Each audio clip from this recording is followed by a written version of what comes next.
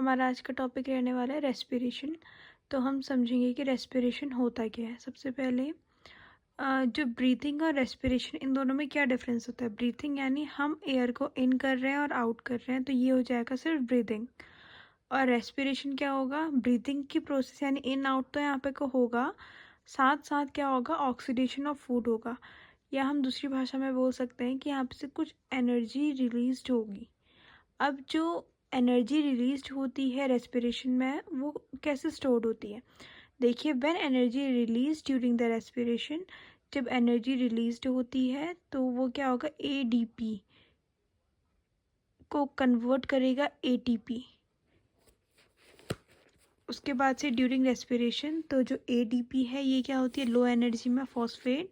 तो यहाँ पे क्या बोले, plus energy is equals to क्या बन जाएगा, एटीपी यानी adenosine triphosphate. When cell need energy, ATP broke down into water and release energy। जब हमको एनर्जी चाहिए होती है, ये ब्रोक डाउन हो जाता है एनर्जी में। अब उसके बाद ATP क्या होता है, इसको हम एनर्जी करेंसी भी बोलते हैं किसी भी सेल की। C6H12O6, ये सिंपल फूड यूनिट है जो ऑक्सीडाइज होता है हमारे सेल में। ग्लूकोज ऑक्सीडाइज होकर क्या बनाता है, प्यूरिक यानी प्यूरेट एसिड बनाता है, प्यूराइट बनाता है, जिसको हम ये प्रोसेस है ग्लाइकोसिस होती है। अगर O2 प्रेजेंट है तो ATP, और अगर O2 एब्सेंट है तो वहाँ पे क्या बनता है, लैक्टिक एसिड बनता है। बाद से हम समझेंगे कि हमारा जो रेस्पिरेशन है वो कितने टाइप का होता है। अब रेस्पिरेशन भी दो टाइप का होता है, एक होता है एरोबिक रेस्पिरेशन, एक होता है एनएरोबिक। एरोबिक रेस्पिरेशन क्या होता है, ऐसा रेस्पिरेशन जिसमें ऑक्सीडेशन होगा फूड का इन प्रेजेंस ऑफ ऑक्सीजन, यानी यहाँ पे को ऑक्सीजन प्रेजेंट रहता है। जबकि एनारोबिक में क्या होता है, ऑक्सीडेशन तो होता है इन एब्सेंस ऑफ ऑक्सीजन। अब यहाँ पे ग्लूकोज मैंने बोला था ग्लाइकोसिस प्रोसेस होती है तो प्यूरेट बनाता है। ये सारी प्रोसेस किस में होती है, माइटोकॉन्ड्रिया में।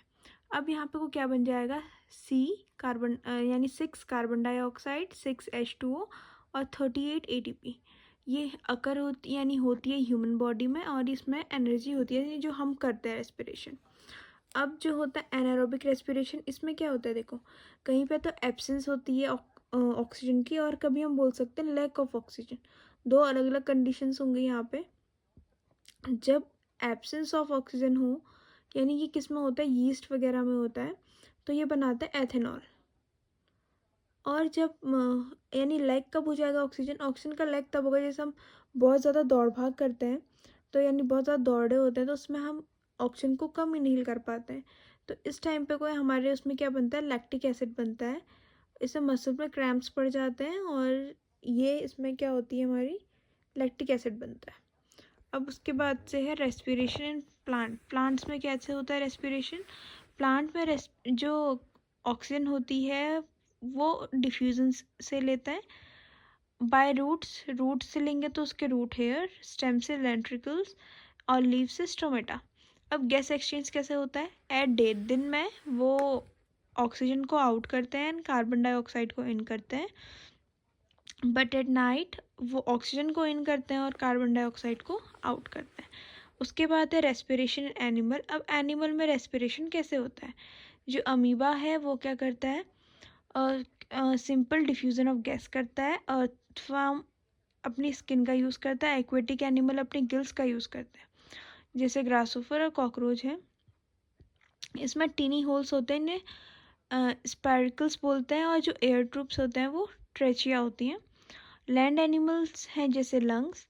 Faster rate of breathing in aquatic animal then terrestrial. Aquatic animal में जो रेट होती है ब्रीथिंग की वो क्या होती है, ज़्यादा होती है।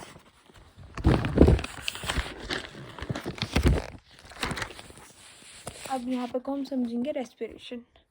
रेस्पिरेशन है यहाँ पे ब्रीदिंग यानी क्या होता है, एयर इन यानी एयर को अंदर लेना। यहाँ पे को जो रिप केस होगा हमारा, जो रिप केस होता है वो क्या होता है, अपवर्ड हो जाता है और बैकवर्ड होता है, और जो डायफ्राम होता है वो डाउनवर्ड नीचे को शिफ्ट हो जाता है। वैसे ही अगर हम ब्रीदिंग आउट करेंगे तो हमारा रिप केस डाउनवर्ड हो जाएगा और डायफ्राम कहाँ हो जाएगा, अपवर्ड। अब देखना, ये हमारा पूरी प्रोसेस है। यहाँ पे से हमारा नेसल है, और यहाँ पे म्यूकस होता है। सबसे पहले हम ब्रीथ करेंगे तो हमारी यहाँ से एयर इन जाएगी nasal cavity, pharynx, trachea, rings of cartilage, bronchus, bronchioles and alveoli. यहाँ पे को गैस एक्सचेंज होता है। सबसे पहले क्या करेंगे, हम एयर को हम लेंगे अपने नॉस्ट्रल से, उसके बाद वो जो कुछ फाइन हेयर्स होता है म्यूकस उससे पास जाएगी, फिर आएगा थ्रोट। यहाँ पर रिंग ऑफ कार्टिलेज होता है, ये इसीलिए होता है कि जो एयर पैसेज है वो कोलैप्स ना हो। लंग्स में जाने के बाद जो एल्यूली बोल रखा है, यहाँ पे को जाता है balloon like structure. Balloon like structure यहाँ पे को क्या होता है, एक्सचेंज होता है गैसेस का।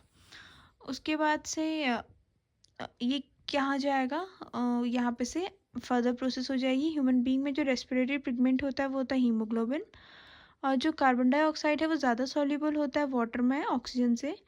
इसलिए क्या होता है, जो कार्बन डाइऑक्साइड है वो mostly transported in the dissolve in the form of blood. तो ये आज का टॉपिक था रेस्पिरेशन।